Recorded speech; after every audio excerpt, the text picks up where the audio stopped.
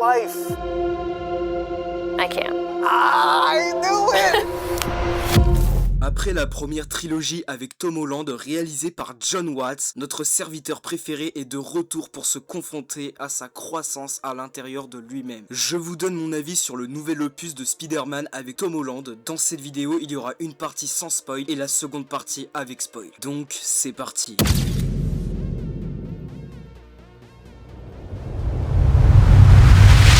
Donc déjà, ce qu'il faut savoir, c'est qu'on change désormais de réalisateur. Le film est réalisé par le très grand Destin Daniel Cretton, qui en plus a réalisé l'un des meilleurs films du MCU, très sous-coté comme Shang-Chi et la légende des 10 anneaux. Pendant tout le film, visuellement, c'est juste époustouflant. Quand on regarde ce que ça a donné avec la première trilogie, honnêtement, c'était assez médiocre. Là, cette année, on a eu le droit à une bonne réalisation de la part de Destin Daniel Cretton. Bref, dites-moi ce que vous en pensez dans les commentaires. Perso, j'ai été très bluffé par le travail qu'ils ont fait. En plus, les scènes où notre fidèle serviteur voltige dans Brooklyn sur le tournage, eh bien ça a vraiment été tourné pour de vrai. Contrairement aux anciens films où les scènes de voltige ont été réalisées en doublure 3D, eh bien maintenant ce n'est plus le cas. Regardez comment c'est super impressionnant. Un autre point incroyable à retenir, ces scènes n'ont pas été réellement tournées à New York mais à Glasgow en Écosse. Vraiment, je suis extrêmement satisfait du travail formidable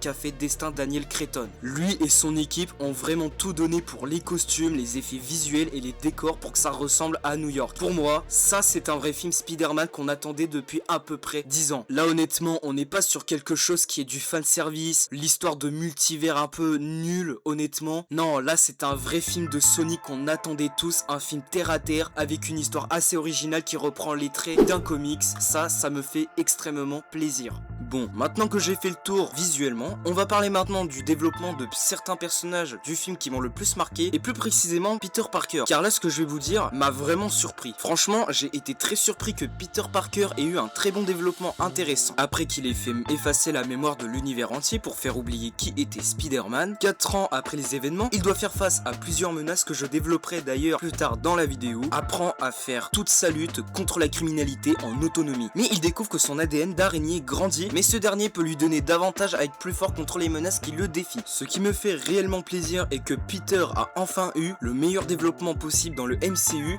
Il a enfin une intrigue assez intéressante dans le centre du scénario, ce qui est vraiment incroyable. Ça fait quand même 10 ans qu'on attend un bon film de Spidey et là c'est actuellement le cas. Ça fait extrêmement plaisir. Bon, maintenant que je me suis exprimé sur mon ressenti sur le film, vraiment j'ai bien aimé, on entre dans la partie spoil.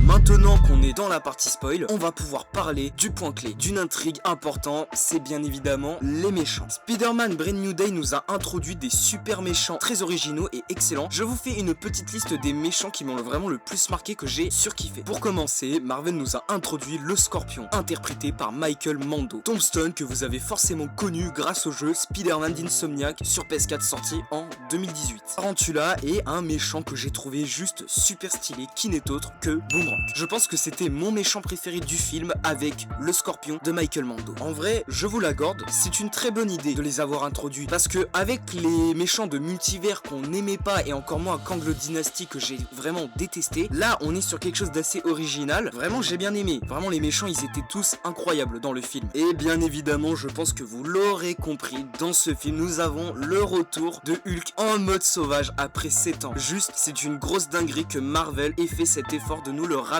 Mais après, le ramener dans un film Spider-Man, c'est un petit peu étonnant, non? Mais bon, après, du moment qu'il est redevenu sauvage exactement comme on aime à l'époque, ça fait plutôt plaisir quand même. Mais personnellement, j'ai énormément aimé les scènes de combat qu'il y a eu, les confrontations entre Spidey et Hulk, c'était topissime. Et merci Marvel de nous avoir introduit Punisher de John Bertal. Juste un énorme merci. Mais la question que je me suis posée avant d'aller le voir en salle est: est-ce que Punisher va jouer un rôle clé? Eh bien oui, il a servi tout le film, il a aidé Peter Parker à la fin, c'était bien plus que réussi le développement de Punisher. Spider-Man Brand New Day, c'est pour moi une réussite, je lui mets donc une note de 18 sur 20. Bon, j'espère d'avoir développé mon avantage, donc mon avis sur le film Spider-Man Brand New Day. Écrivez-moi en commentaire si j'ai oublié des éléments que vous voulez que j'en parle peut-être dans une autre vidéo où je vous réponds en commentaire. Bref, j'ai beaucoup aimé. J'espère que cette vidéo vous aura plu. Je vous dis à la prochaine.